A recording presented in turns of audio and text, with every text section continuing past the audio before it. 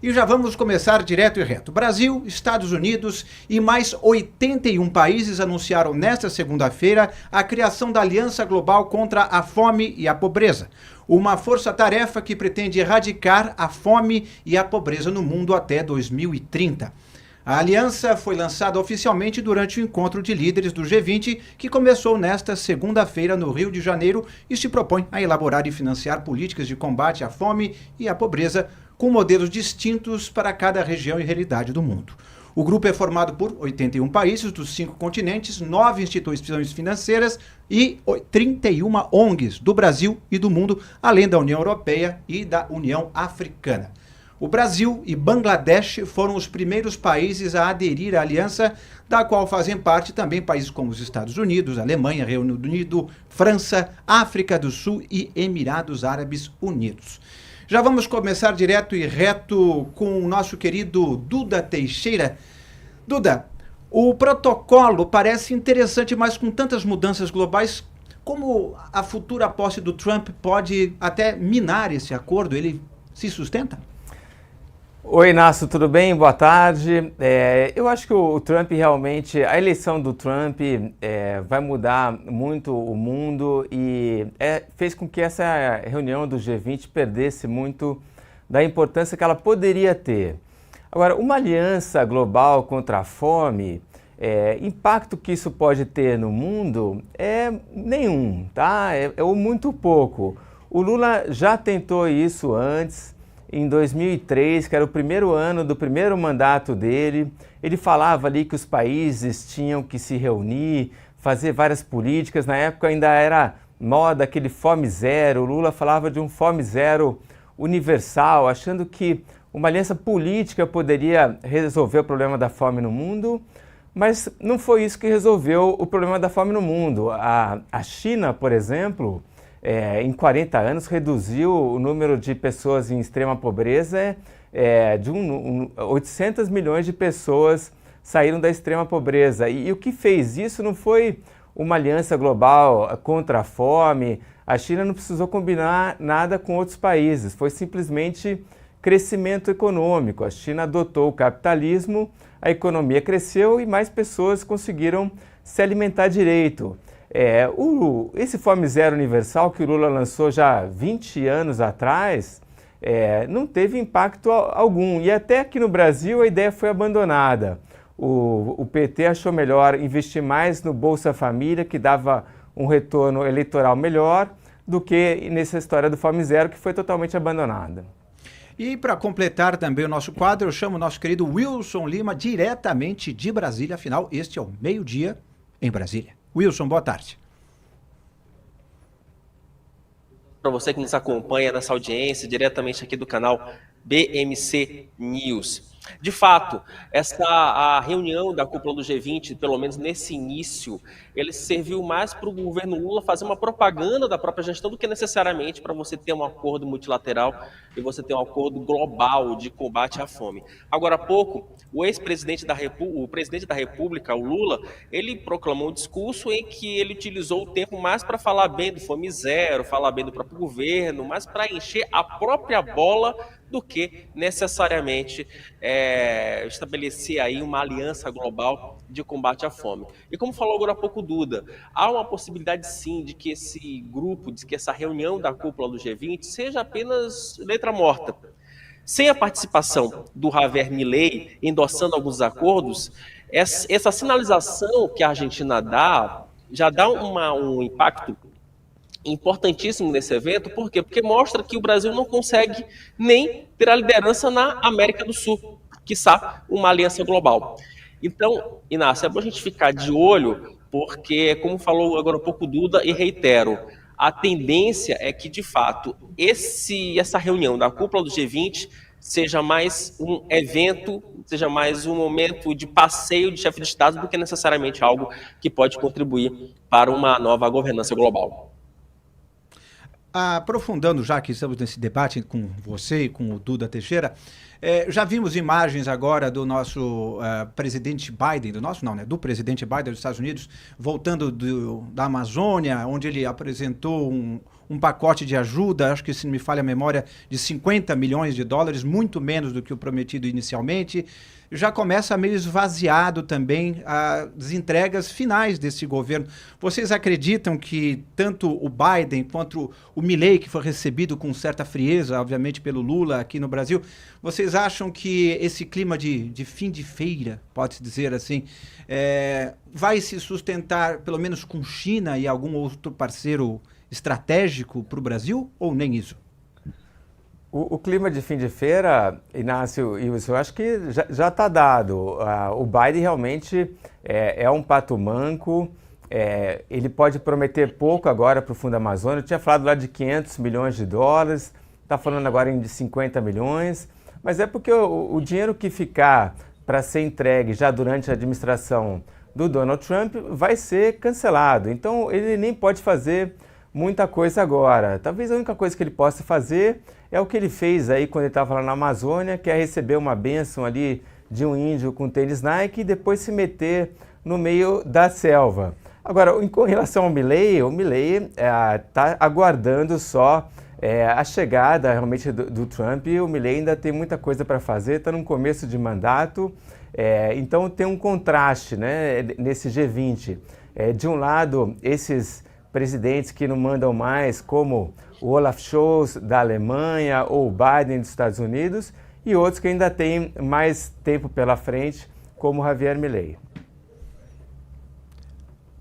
Aliás, o Olaf Scholz, ele fez um telefonema que foi muito criticado, ele falou com o Putin recentemente e teria sido, digamos assim, criticado pelos seus colegas de União Europeia, dizendo que um telefonema não vai salvar a Ucrânia, não vai salvar a Europa especificamente.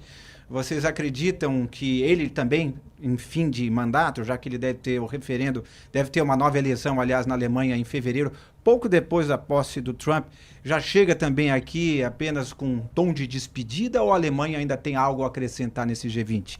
Na figura dele, eu digo. O Scholz, a coalizão de partidos dele está ruindo, ele vai enfrentar um voto de confiança já em janeiro, então ele deveria entender que ele tem pouco tempo de mandato. E aí fazer um telefonema para o Putin completamente inapropriado. Ele sabe que a Alemanha tem força principalmente junto da Europa, e a Europa está defendendo a Ucrânia. Ele fazer esse telefonema para o Putin parece que está meio enganando os outros ou tentando fazer uma solução que não seja conjunta. E daí, claramente, ele foi corretamente criticado por todos os outros. Muito bem, então, enfim, tivemos essa situação toda. Isso para somar também a questão da Janja, a primeira dama que nos últimos tempos tem se envolvido em algumas questões interessantes, por assim dizer. Os primeiros dias de G20 também foram marcados justamente por um atrito entre a primeira-dama e o bilionário Elon Musk. No último sábado, dia 16, enquanto fazia um discurso defendendo a necessidade de regulamentação das redes sociais, a primeira-dama se assustou com um barulho e chegou até a se abaixar, como se estivesse se protegendo. Então, ela disse, acho que é o Elon Musk. Falou em tom de brincadeira, assim, e após levantar, completou. Eu não tenho medo de você, inclusive F-U Elon Musk. F é aquela palavrinha em inglês que você já imagina qual seja. Vamos colocar este vídeo também. Alô? Uma buzina de navio. Acho que é o Elon Musk. Eu não tenho medo de você, inclusive. Boa! Fuck you, Elon Musk.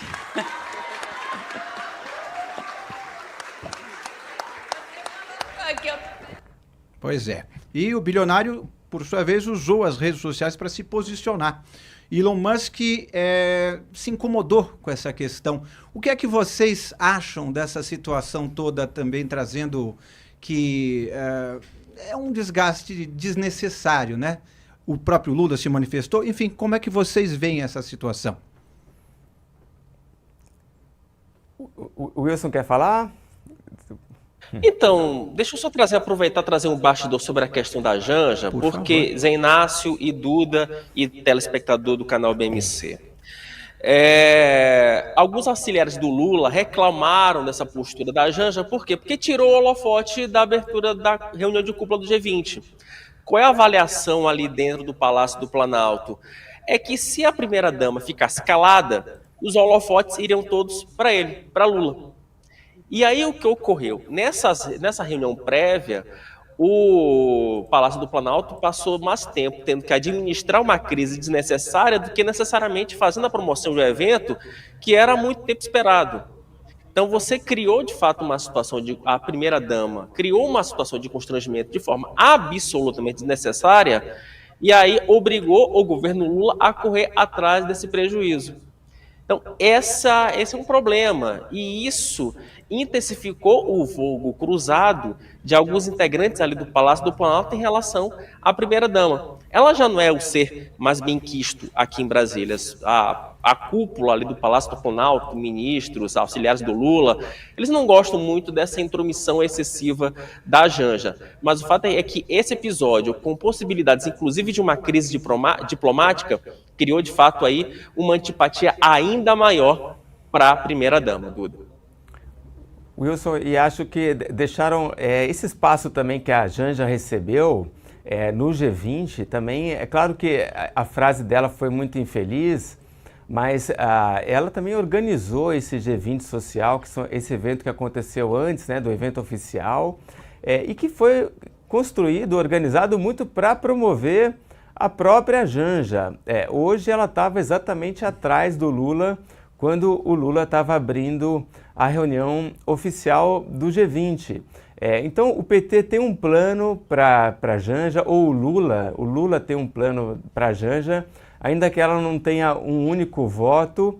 Eu acho que o Lula quer ter ela ali como uma opção para algum cargo que eu não sei o que é.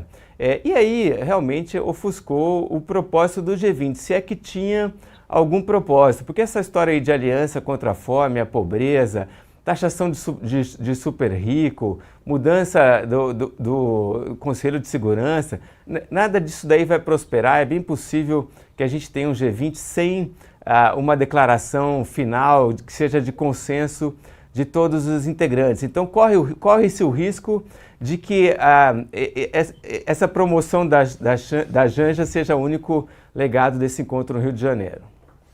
Pois é, e esse ruído não agradou também o Lula, como disse o próprio Wilson nos bastidores, e temos um vídeo mostrando uma declaração dele tentando meio que fazer uma composição, pôr panos quentes. Vamos colocar esse vídeo do Lula também.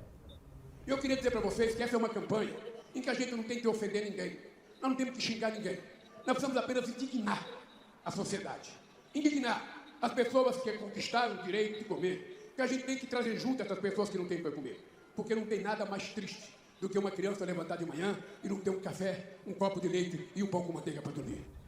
Agora sim o vídeo na ordem correta. Repara que a Janja não muda a fisionomia dela quando ele faz essa observação de que não tem que xingar nada nem ninguém. Mas enfim, é mais um desgaste, como o Wilson e o Duda estão dizendo, estão trazendo isso, desnecessário. Vocês acham que, de alguma forma, isso pode afetar as relações que já não vão ser muito promissoras entre Brasil e Estados Unidos na gestão Trump, Wilson? Nácio, tecnicamente muda muito pouco, porque a Janja, apesar de ela tentar, dela fazer esse esforço de ressignificar o papel da primeira-dama, para a diplomacia brasileira, isso pouco importa. O grande problema, de fato, é que você cria uma crise desnecessária. Esse é o grande ponto. E no momento em que a primeira-dama ela já estava sendo alvo de escrutínio, inclusive da oposição.